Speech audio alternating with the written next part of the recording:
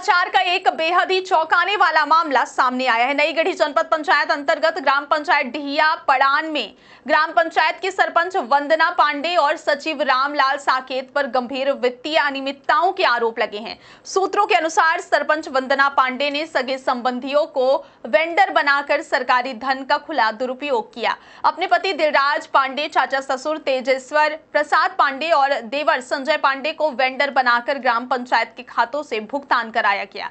ग्रामीणों से मिली जानकारी के अनुसार पति दिलराज पांडे के खाते में 35,000, चाचा ससुर तेजेश्वर प्रसाद पांडे के खाते में 30,000, देवर संजय पांडे के खाते में कई बार छोटी छोटी रकमें, ये सभी भुगतान पंचायती राज अधिनियम का उल्लंघन करते हुए किए गए हैं। इतना ही नहीं, पंचायत के नाम पर नई गढ़ी स्थित मिठाई दुकान राजो मिष्ठान भंडार से 4 महीने में 75,000 रुपए की मिठाई खरीदी दिखाकर भुगतान किया गया।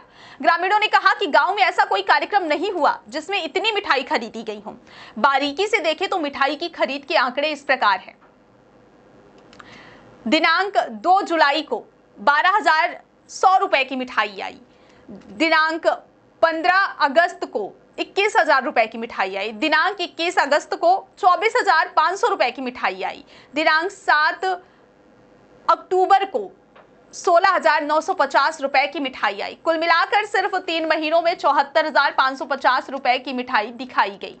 गांव के लोगों ने यह भी बताया कि इन सभी दुकानों में बिल के नाम पर केवल कोरा कागज अपलोड किया गया, जिससे पारदर्शिता की सीमा पूरी तरह पार हो गई। ग्रामीण प्रशासन से इस पूरे मामले की निष्पक्ष और त्वरित जांच की मांग कर रहे हैं। इस मामले में समाज सेवी और आरटीआई एक्टिविस्ट भी सक्रिय हैं। शिवानंद द्विवेदी, एडवोकेट बीके माला और नई गढ़ी जनपद अध्यक्ष ममता तिवारी ने भ्रष्टाचार के खिलाफ अभियान छेड़ रखा है। इनकी कोशिश है कि सरपंच और सचिव के खिलाफ कड़ी कार्रवाई की जाए, लेकिन ग्रामीणों का कहना है कि राजनीतिक संबंधों और सत्ताधारी दल के प्रभाव के कारण भ्रष्ट सिस्टम लगातार जनता के पैसे से अपनी तिजोरी भर रहा है।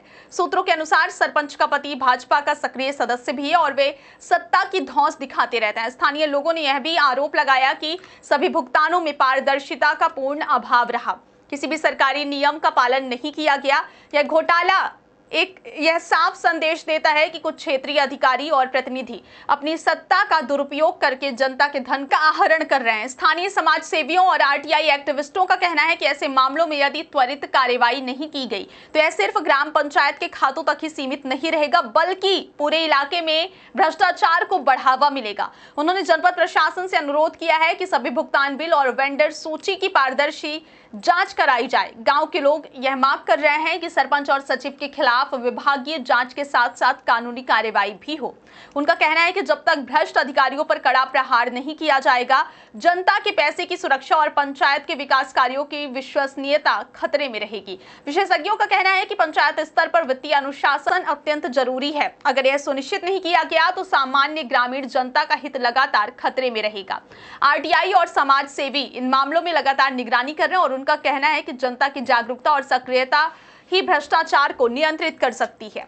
मऊगंज जिले के डिहिया पड़ान गांव का यह मामला यह दिखाता है कि सरकारी धन और पंचायत के खाते केवल विकास के लिए ही नहीं, बल्कि जिम्मेदार अधिकारियों के हाथ में पारदर्शिता के लिए भी सुरक्षित होना चाहिए।